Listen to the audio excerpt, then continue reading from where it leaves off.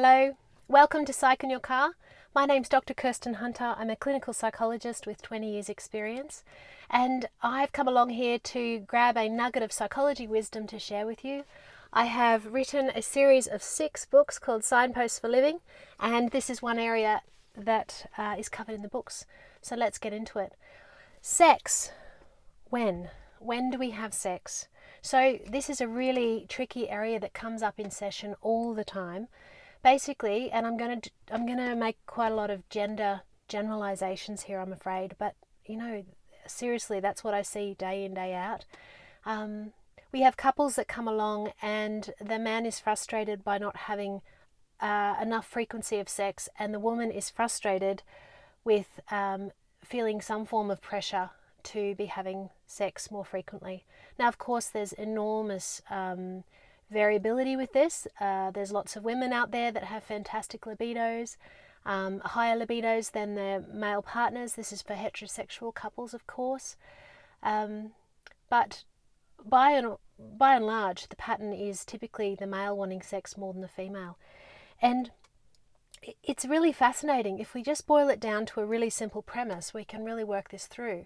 And that is that again, generalizations, but men are, you could say that in my observations, that for men, when they have sex, it says that they're connected to their partner. Sex is kind of the cake, and from that they feel really connected with their partner, and they're far more likely to just really be, in a positive headspace in that relationship. Whereas women are the other way around. The relationship is the cake and sex is the cherry. So when they're feeling really connected, when they're really feeling that their partner is mindful of them, and they're feeling quite calm within themselves, they're far more likely to be interested in wanting to have sex. So we have a bit of a problem here. Another issue is that men are far more likely to have a libido that's ready to go, ready to say, let's go have sex. Whereas the female, she's traveling through her day, she's busy, she's hectic, she's doing her thing, and sex isn't really something she thinks about so much. So what we have to understand is the female libido is different to the male libido. Again, generalizations, but very common generalizations to talk about. And what typically happens there is the female with her libido, she has to go into that space of intimacy with her partner, of just putting aside all of the busyness, creating the touch, creating the connection, and then her libido wakes up, and then she's on board. So a lot of women really miss this, and they think, I'm through my day and I'm not in the mood.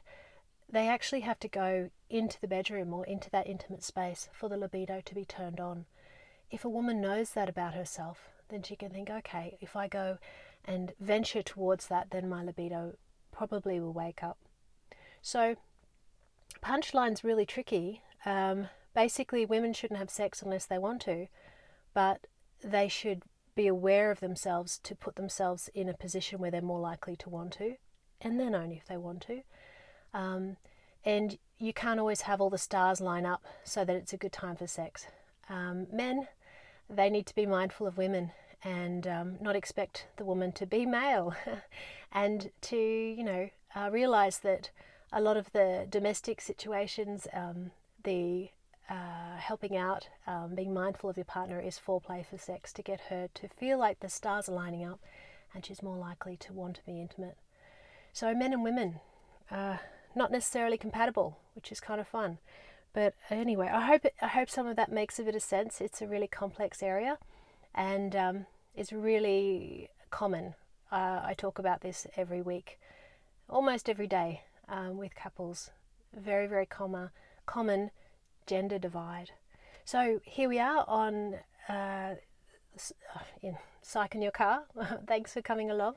You can also catch me on my website, kirstenhunterauthor.com. My Facebook and Instagram handle, Kirsten Hunter Author. Twitter, Kirsten Hunter AU. And we've also got podcasts, which is Signposts for Living with Dr. Kirsten Hunter. And you can grab all these books on the website, which is kirstenhunterauthor.com. Signposts for Living. Wonder if it's back to front for you. And or just on any of the online platforms, Amazon, all of that. So wonderful. I'll catch you later.